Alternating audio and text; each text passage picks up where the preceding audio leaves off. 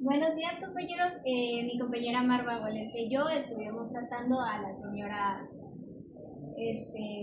a la señora Rosa. Bueno, ella padeció lo que se viene conociendo como un EBC. Pues básicamente ella desde siempre nos comentó que se había dedicado a lo que eran las labores del hogar y que pues actualmente se encuentra viuda. Bueno, como ya sabemos y como ya comentaba al inicio, ella empezó con un EBC aproximadamente hace 6 años y padeció de parálisis, como dato relevante, padeció de parálisis cerebral, facial, del lado izquierdo hace aproximadamente 8 años. Ella nos comentaba que al inicio, cuando sucedió pues lo del EBC, llevó su tratamiento en área rehabilitadora, pero lo llevó por dos lados, en el lado del hospital y en el lado, pues aparte le pagaban a una persona que fuera a llevarle las terapias.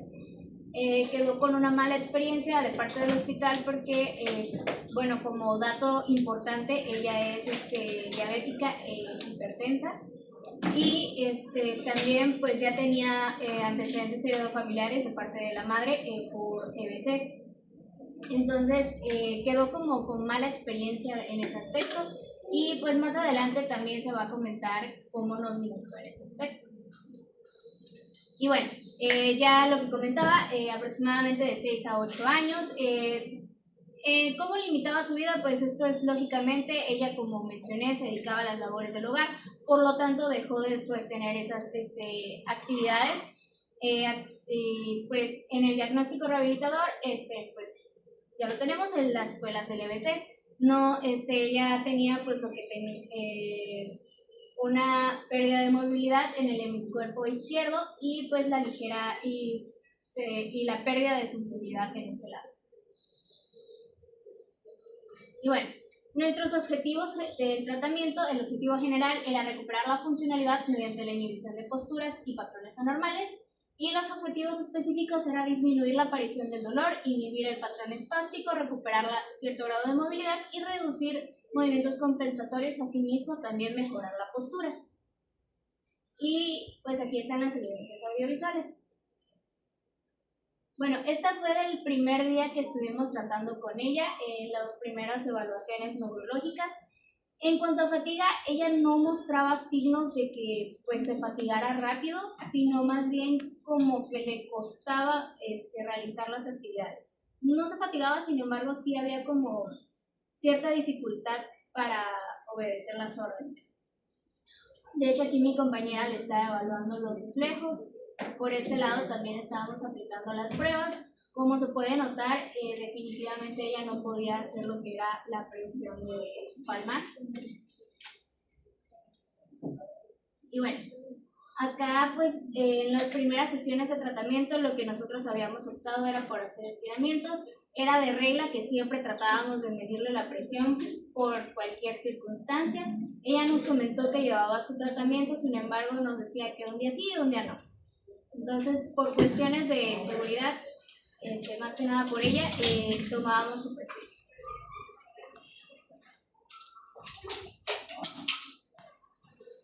Bueno, ahora en parte, algo que tuvimos muy en cuenta en la parte del tratamiento fue la aplicación de compresas calientes, porque la paciente refería mucho dolor en la zona de la cadera y en la zona del cuello. Esto nosotros lo relacionamos principalmente a que la paciente hacía muchos movimientos compensatorios.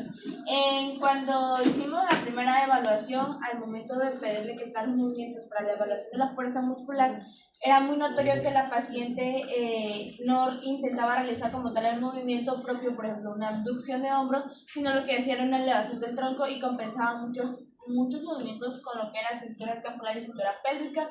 Y pues de ahí fue que nosotros asociamos que esa era la principal causa del dolor. Por eso mencionábamos lo de reducir movimientos compensatorios.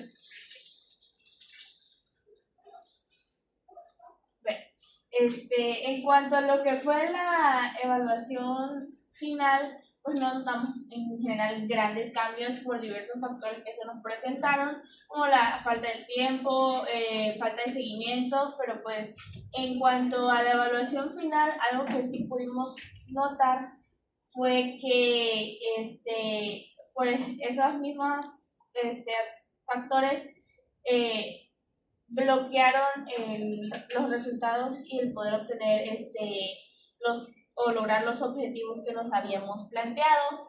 Notamos que pues la fuerza muscular pues no hubieron grandes cambios. En cuanto al tono muscular, los cambios igual fueron mínimos, y algo muy relevante que notábamos es que la paciente nos refería que debido al frío o cuando bajaba la temperatura aumentaba su dolor, y eso la hacía que retomara sus posturas antiálgicas, y pues eso igual era algo que nos retrasaba el tratamiento.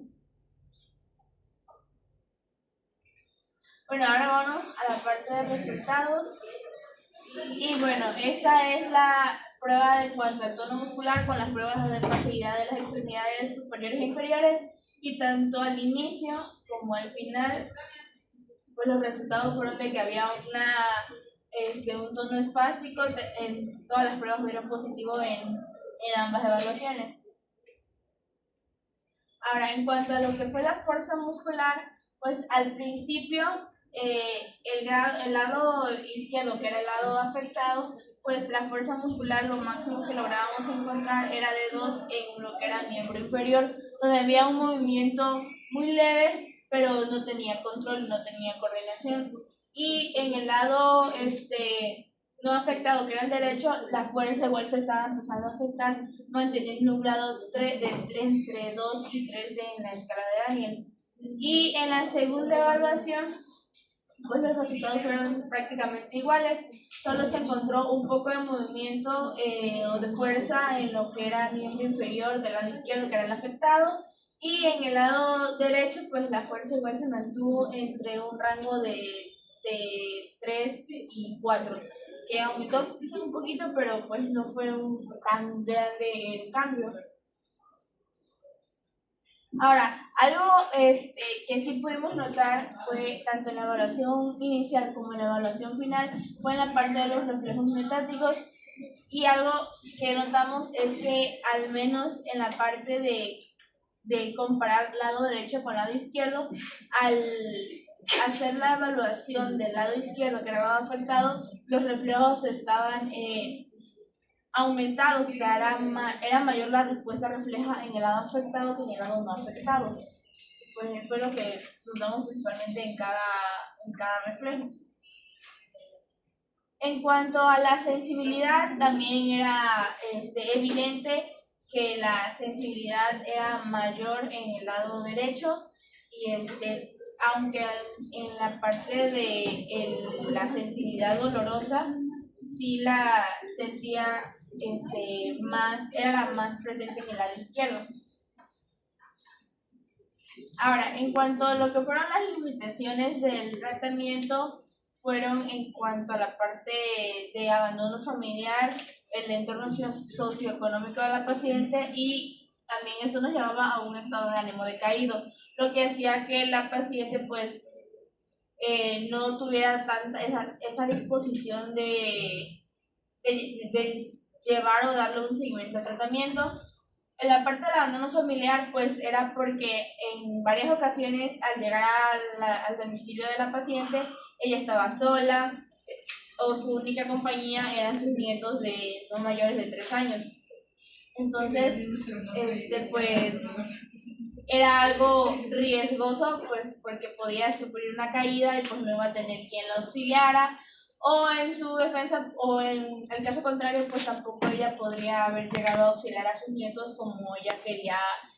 Nos expresaba que pues ella quisiera levantarse para poder seguir con sus labores que dejó hace 6 años, y pues igual la parte de poder convivir más con su familia, con sus nietos. En cuanto al entorno socioeconómico, pues ya en los videos se observa la casa de la paciente. Igual algo que notábamos era que la paciente desde hace años no había podido cambiar su bastón, que era su dispositivo de ayuda para la marcha. Bueno, de hecho, como mi compañera comentaba, en cuanto al tema del bastón, la familia se nos acercó pidiendo pues apoyo para que en el DIF pudieran solicitar un bastón nuevo. Pero pues al nosotros no tener la autoridad o la capacidad más bien de crear un documento que le pueda justificar a la señora el bastón, ella nos refería pues mucha incomodidad al momento de usarlo. De hecho, muchas veces nos decía que pues tenía que usar un trapo encima de este bastón para pues poder usarlo. Igual pues ahí tenía en gran parte que ver lo que nos comentaba la paciente de que de sus hijos, tiene varios hijos, el único que se preocupó como tal por ella desde el inicio de su accidente cerebrovascular fue su hijo mayor, quien corrió con todos los gastos de hospital y tratamiento rehabilitador. Pero pues ella decidió abandonar el tratamiento para apoyar económicamente a su hijo y no siguiera gastando porque ella no estaba viendo avances. También porque influía mucho en el no haber avances tanto en su primer tratamiento como en el tratamiento actual, que sus hijas, que eran las principales cuidadoras, pues no tenían ese compromiso de apoyarla en cuanto a los cuidados, de ayudarla a hacer sus ejercicios y pues de ayudarla, de atenderla en cuanto a sus necesidades personales. Y todo eso era lo que desencadenaba el estado de ánimo decaído de nuestra paciente. Bueno, ahora, para nuestras recomendaciones para el proceso de rehabilitación, en general podremos dar diferentes recomendaciones para la hora de dormir, que logramos recomendar a la paciente una postura para dormir en la que fuera más cómodo para ella, y en cuanto a modificaciones que se podrían hacer en su casa. Pero pues la principal recomendación que teníamos era que tuviera una mayor red de apoyo para continuar con su tratamiento, o que ya sea sus hijas o algún otro familiar se comprometiera a dar ese seguimiento tanto a los cuidados como al tratamiento, porque pues si no se tiene ese cuidado de apoyarla en sus tratamientos, pues aunque sea el mejor tratamiento, pues no se van a tener esos resultados, porque los ejercicios solo se hacen durante las sesiones de terapia, y la recomendación de los ejercicios para casa pues no se realizan y eso retrasa demasiado el tratamiento. Y pues es